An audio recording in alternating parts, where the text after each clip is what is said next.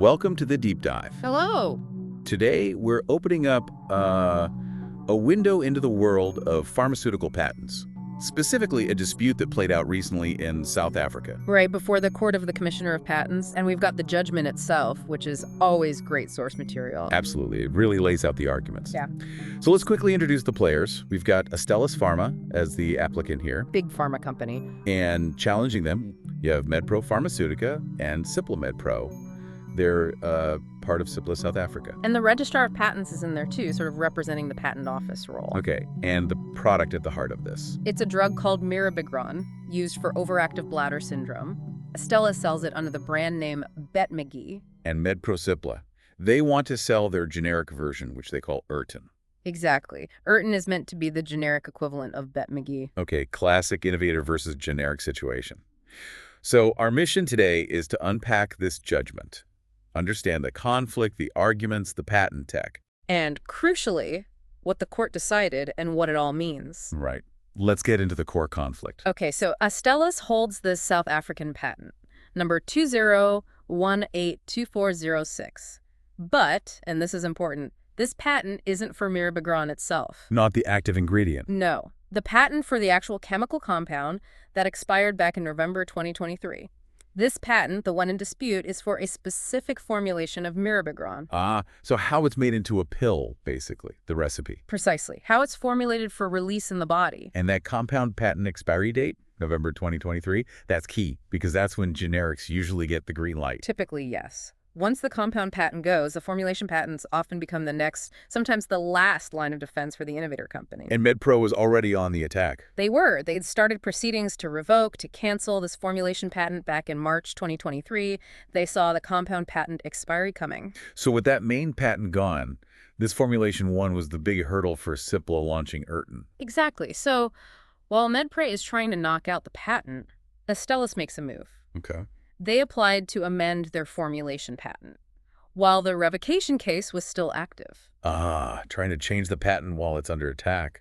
A bit like reinforcing the walls during a siege. Kind of, yeah. What was their official reason? According to Astellas, it was to better define the invention, maybe narrow its scope a bit. Okay. And importantly, to address the issues Medpro had raised in the revocation case. Essentially trying to take some of Medpro's arguments off the table. Right. Let's tweak this to make it clearer and maybe fix the things you're complaining about.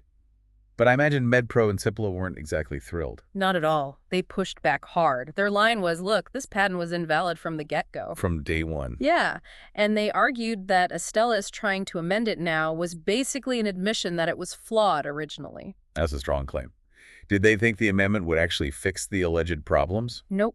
They argued that even if the court allowed the changes, the patent would still be invalid. So, fix it or not, it's still broken. Pretty much. And they layered other arguments on top of that. They brought up things like culpable delay and even reprehensible conduct by Astellas. Wow. Culpable delay. Reprehensible conduct. Those sound serious. What was the basis for those accusations? A lot of it tied back to Astellas' history with similar patents in other countries. You know, the whole prosecution history. Ah, so how they argued for the patent in, say, Europe or Japan. Exactly. Medpro Cipla basically said, look at what happened overseas. Astellas must have known there were issues with this patent's validity way back then, but they waited until we challenged it in South Africa to try and fix it. So the delay itself was the problem. They argued it was culpable, blameworthy delay. And that alone should stop the court from allowing the amendment. The reprehensible conduct claim also drew on that foreign history, suggesting Astellas had, maybe deliberately, made the original claims too broad. Interesting tactic, using the global picture to argue about intent locally. Now, what about that continuing invalidity point? You mentioned they raised that too. Yeah, this is where things get a bit tactical in court. Initially, it sounded like they were using continuing invalidity as a direct reason to block the amendment. Like, don't allow the change because it'll still be invalid anyway. Makes sense. But during the actual arguments, they shifted. They explicitly said they weren't relying on continuing invalidity as a statutory reason to oppose the amendment itself. Oh, so why bring it up? They pivoted. They argued instead that the alleged invalidity was relevant for costs, specifically for getting a punitive cost order against Astellas if the amendment was allowed. Ah, okay. So shift from block the amendment to If you allow it, make them pay extra because it was flawed all along. That's quite the strategic move. It really shows how these arguments can evolve during a case. They also tried to imply the patent must be shaky because Astellas seemed to rely more on the old compound patent to block Urton initially. And only really double down on defending this formulation patent once the compound one expired. Right, that was part of their narrative. And their expert witness. Did he offer an opinion on whether the patent, amended or not, was actually valid? That's a key point the judgment highlights. Medpro Cipla's expert, a Mr. Walker, apparently made it clear that his opinion was focused on the technical aspects of the proposed changes. He explicitly didn't weigh in on the overall validity question itself. Okay, so his evidence was limited in scope on that crucial validity point. Got it. Before we get to the court's decision, let's quickly unpack the patent itself. What was it actually for, and what specific changes did Astellas want? Right. So the patent is for a modified release formulation of mirabegron. The whole idea is to control how the drug is released in the body over time, not all at once like a standard pill. And why do that? The main goal mentioned was to tackle food effects. Food effects? You mean like whether you take the pill with the meal affects how it works? Precisely. Sometimes food can mess with drug absorption, speed it up, slow it down, change how much gets in. A modified release formulation tries to smooth that out, make it more predictable, less dependent on meals. Okay. And how did Astellas' formulation achieve this? It uses a combination of mirabegron with specific ingredients. The key one seems to be a hydrogel-forming polymer. Hydrogel, like something that swells up with water. Exactly. It forms a gel matrix that controls the drug dissolving and getting out. Claim 1 was the main patent claim describing this setup. So what exactly did Astellas want to change in Claim 1 with this amendment? They wanted to add quite a bit of technical detail, make it much more specific. For example? Okay, they proposed limiting the dosage range, only covering formulations with 10 to 200 milligrams of mirabegron. They added specific limits for the hydrogel polymer. Its molecular weight, basically its size, had to be below about 100,000. And its viscosity, its thickness when dissolved, had to fall within certain ranges measured in a specific way. Getting very precise about that gel. Very. They also wanted to add that the formulation must have at least one additive specifically chosen to help water get into the tablet. They even listed examples. Things like polyethylene glycol, sugars like mannitol or lactose, even sodium chloride salt. Common stuff in pill making, but now explicitly required. Okay. Anything else? Yes. They narrowed down the type of hydrogel polymer. It had to be one or two specific types chosen from a short list. Polyethylene oxide, HPMC, or HPC. Right. Common pharmapolymers. And maybe most importantly, for a modified release drug, they wanted to add a specific dissolution rate requirement. How quickly the drug dissolves out. Exactly. The amended claim would require that 75% or less dissolves after 1.5 hours, and at least 75% has dissolved after 7 hours. And this had to be measured using a very specific standard test method, the USP paddle method. Okay, so these weren't minor tweaks. They were adding concrete, measurable technical requirements right into the main claim. Definitely.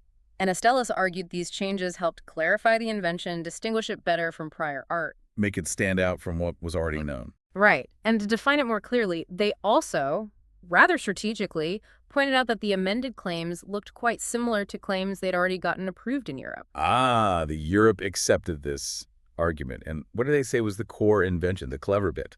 They argued the real inventive step was figuring out how to solve that food effect problem for mirabegron using this controlled dissolution approach. And the delay issue. Astellas just maintained their delay didn't actually harm Medpro Pharmaceutica, caused no prejudice, so it wasn't culpable. Okay, so we have the arguments, the technical details.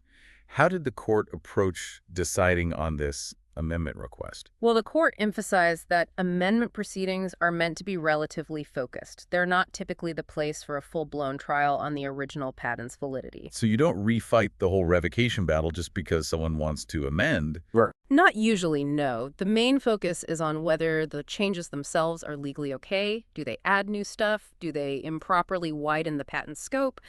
There are specific rules, like in Section 51 in their Patents Act, about when validity can be a major factor in opposing an amendment, but it's limited. And the court has some leeway.